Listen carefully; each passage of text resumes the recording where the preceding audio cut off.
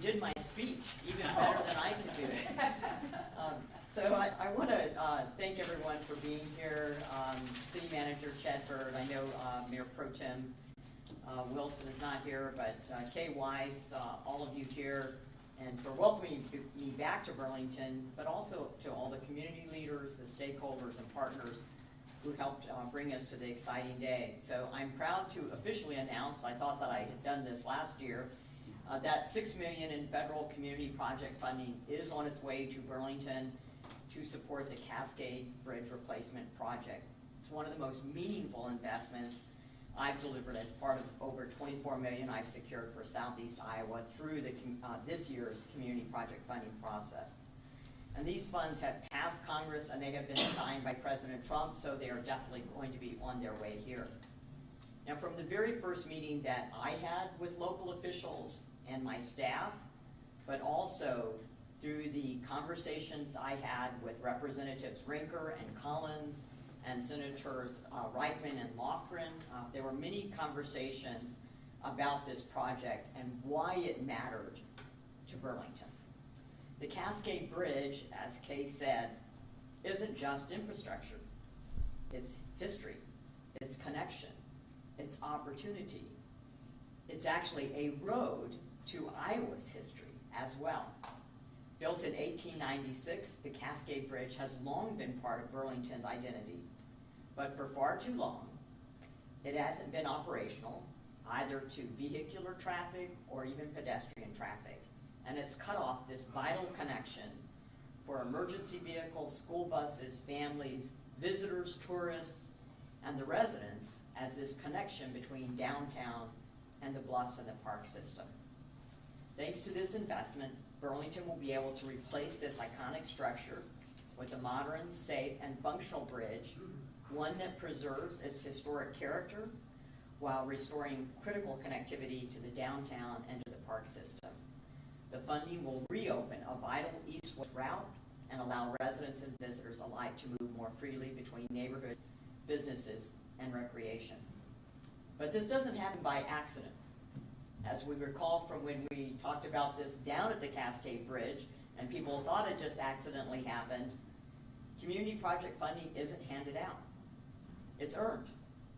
The community, the city earns it. We send out requests for applications. They apply. We go through hundreds of applications. We then whittle it down to 20. We have 20 counties. So we whittle it down to 20 projects. I personally interview about it. We make sure that there is community support. And for this project, there was vast community support. And Burlington had several great projects. But my team and I reviewed the applications and then decided this project was of such significant that it was worth all of our efforts to fight for it. So whether it's road systems, water treatment centers, sewer separation, parking lots at airports, it's important to be able to bring this type of funding back home. And this $6 million for the Cascade Bridge isn't an investment in concrete and steel. It's an investment in the wonderful people of Burlington. Their economic development, their opportunities, their quality of life. It's that connector, not just a physical connector, but really a spiritual connector as well. It's a signal that Burlington matters, this great river city here with the storied history along the bluffs of the Mississippi River, and that when communities speak, we take their voice to Washington. What's really fascinating to me, and I'm going to walk here, I've never seen this view of Cascade Bridge. And this is why this bridge needs to be restored and completed. And it's a pleasure to work with all of you. It was a pleasure to work with the city, all of the supporters, the local elected officials, state officials, to be able to get this funding done. Without their efforts, this would not have been materialized. So I really thank the city of Burlington. This is just going to be fabulous and such a gem once again here in Burlington. And it was a pleasure to be a part of it. So I think I'm as excited as you all are about this project. But thank you all so very much. And then Taylor Collins is here, your representative. Taylor, do you want to say a few words? I just appreciate appreciate your persistence. I know it's not easy dealing with the appropriations process myself, but I know it's took a lot of work, and there's a lot of good projects. There's a lot of good projects here in the community, but we just appreciate you investing here in Burlington, so thank you. Well, it's our pleasure. Thank you. Pleasure. We have time for a few questions if there's some questions. Chad, do you want to come up here? Because they may ask you questions that, I don't know the answer to. And I'm going to ask Nick to come up too. If there's Okay. any. I'll take it. Nick. Easy, easier, hardest, right? We'll punt to either. Yeah, right. This is Nick McGregor, the Deputy City Manager for Public Works. He's the one that wrote the application, worked with the Congresswoman on the details and the interview. It's been his labor of love on this project. He did. He stays in contact with us. He's who I had to call when we didn't have any community project funding FY25 budget. That was a very depressing phone call on my part. I called all the project managers individually, personally, but sticking through this process, because once the application goes through, and we have a very finite short time, the application goes in, we submit it to appropriations, we have to usher it through the subcommittee on appropriations, then the full committee on appropriations, then we have to usher it through being passed through the House, because at any point in time, that funding could be removed by some other effort, so we stay on top of it. You all sometimes know when they've got passed before we can even call you, because you're paying attention to what's happening on the floor. And so this time, and when it passed the House, I did not call and say you had the funding. I said, we're going to wait till it goes through the Senate, because once it's through the Senate, we know it's there. So when the Transportation, Housing, Urban Development, the THUD bill passed through the Senate, we knew that we were on our way to seeing this come to fruition. And I think you all are going to move very rapidly on this. So if there's any stalling on the federal government part, please feel free to reach out to John Kaufman or I, and we'll make sure that we get that moving in the right direction. We appreciate that. So we do have a little bit of a press pack over there. There's a fact sheet on the existing bridge, a fact sheet on the proposed, and then there's a timeline over there as well. James Kelly, Iowa Public Radio. This is maybe an infrastructure development question, and I apologize, I haven't looked at the packet yet, but I am with radio, so I'd love it if you could talk about sort of what the timeline is that we're looking at here. I mean, we've got the appropriations. Where are we going next? I'm going to let Nick talk about that. Okay. So maybe I don't need to be mic'd up. The next process is we'll be doing some public engagement pieces. We still have to have an MOA or a memorandum of agreement with SHPO, or the State Historic Preservation, because it is historic. We have to do some things to honor the bridge. We expect to bid out sometime next spring, and then construction shortly to follow. It'll be about a year of construction. So. Okay. Thanks. Yeah, that was a great question, but he would be able to answer it better. They'll move fast, because a lot of planning has already gone into this, as looking at this bridge and what it was going to take to get it replaced. Before in the past, it's an expensive project to do. So we're hoping it brings some of the vitality of Burlington actually very obvious and apparent to everybody who comes into Burlington. I think one thing too, to just touch on a little bit that we haven't mentioned here today, is that the bridge also sits on the Great River Road, which is a National Scenic Byway. And so by not having the connector, as we can see in the center photo here, it really leaves a gap in the Great River Road along the western Mississippi. So making that connection even has broader than regional significance, it has national significance as well. Any other questions? Maria Coelho, KWQC TV6. So you guys mentioned a little bit, but what are the most urgent concerns with the infrastructure of the bridge nowadays? Actually, it was the bridge being safe and whether or not it would remain there. So it's been closed to vehicular or car traffic for 13 years. 2008. Since 2008, and then you closed it to pedestrian in 2013? Close it in 2018. Okay. 2018. So it's been closed to both car traffic for well over a decade. It's been closed to pedestrian traffic for almost a decade. And as you heard, it has historic significance. So, it's whether or not the bridge could even remain there, and whether or not it was a public safety hazard. So it's important from the standpoint of public safety. as well as the connections that are there. So it's an exciting project. It's very exciting for Burlington. It's exciting to be part of it, and I can't wait to see it completed and drive on it. And Crapo Park at the Bluffs, I mean, for those who haven't been there, who are not here in Burlington, it is a beautiful park. To have that reconnection to nature, I think is very important from a physical standpoint as well as an emotional standpoint, a mental health standpoint. So to have that, road reopened and part of the Great River Scenic Byway, I think is important as well too. I would love to ask another question if I could. Sure. So, we've gone back and forth on this project. There's been funding and then it's been taken away. And I'm wondering what that process has been like for you throughout that entire process and engaging with the local officials here. Well, first and foremost, it's interesting because you take these projects personally. We spend a lot of time, both my staff and I personally spend a lot of time on all the we get well over 100 applications every year. We send out the request for applications toward the end of March, and we'll be doing that again. So we go through all the applications, we talk to people within the community, we talk with elected leaders, we talk with economic development, mayors, and then we have 20 counties, so you're sifting through applications that all of them are valuable. And then you interview people and you try to discern what the community impact. Burlington had great projects that needed to be done. The first project we did in Burlington, Des Moines County was the sewer separation project. It's expensive, it needs to be done, it's an EPA mandate.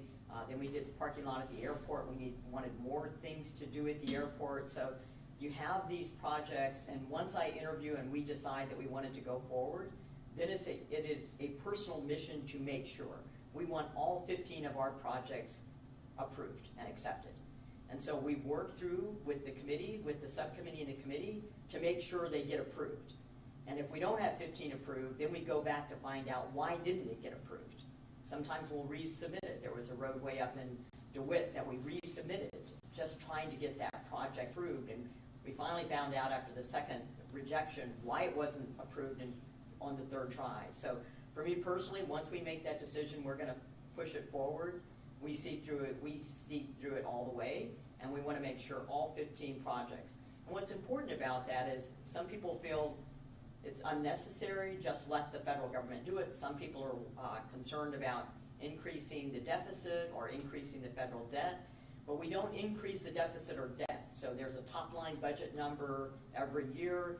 Each of the 12 committees in the House get their allocation for their budget, and members of Congress are then directing where part of that funding for that particular committee, in this case, transportation, where that funding should go.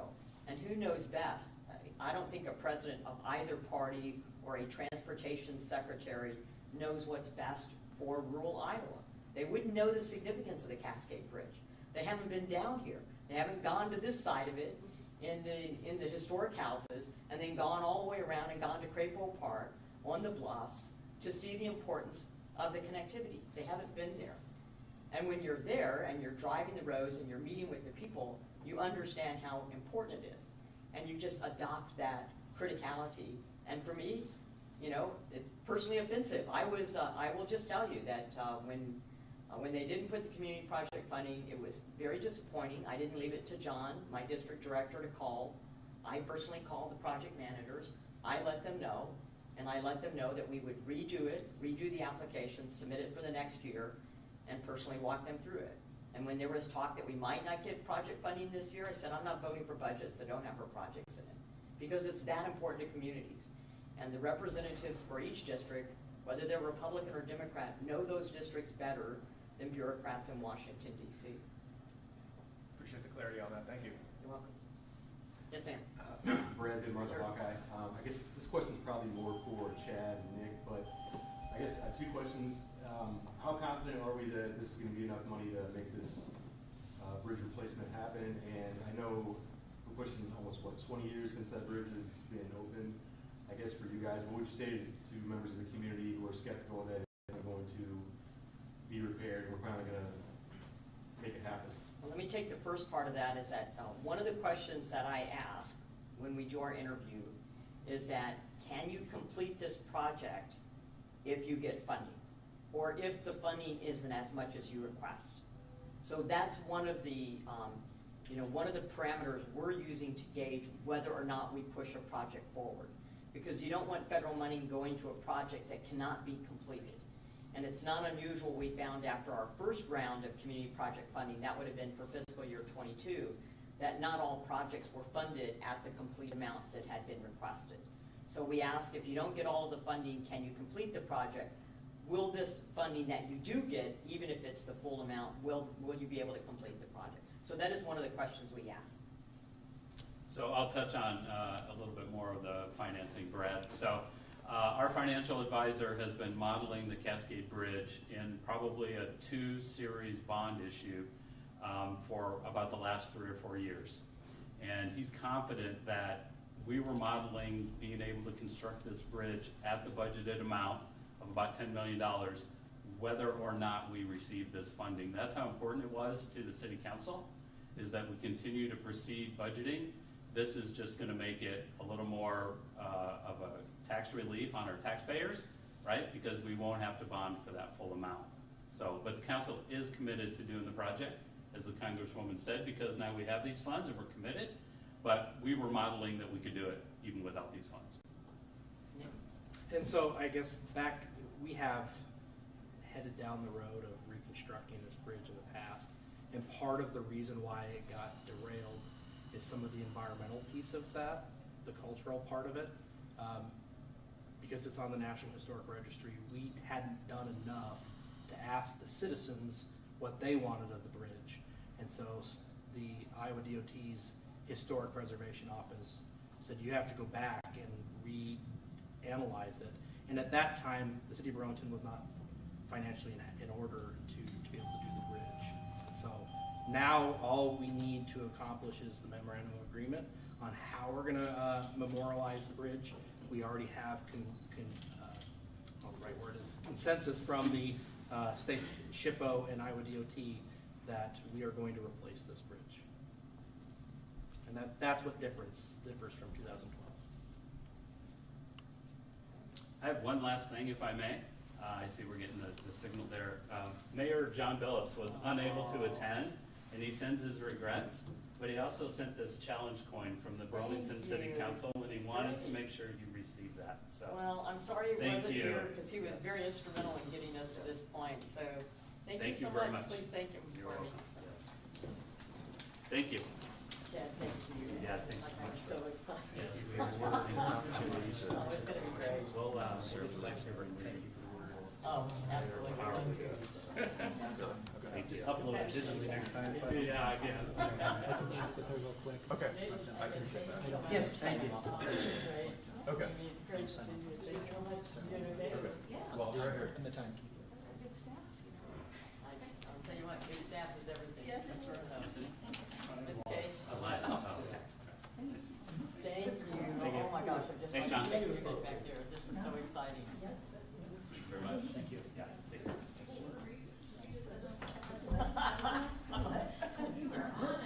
Okay. Thank you. On the Illinois side? Okay, well, I'll have to talk to Sorensen about that. No, I know. I was. No, maybe it's Darren. I'll figure it out.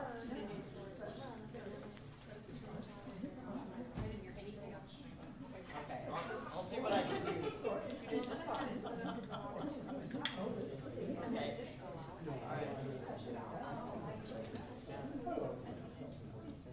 All right, I've got Highway 30 and Highway 34 now. Thank you all very much. We really appreciate it. Thanks for all your work.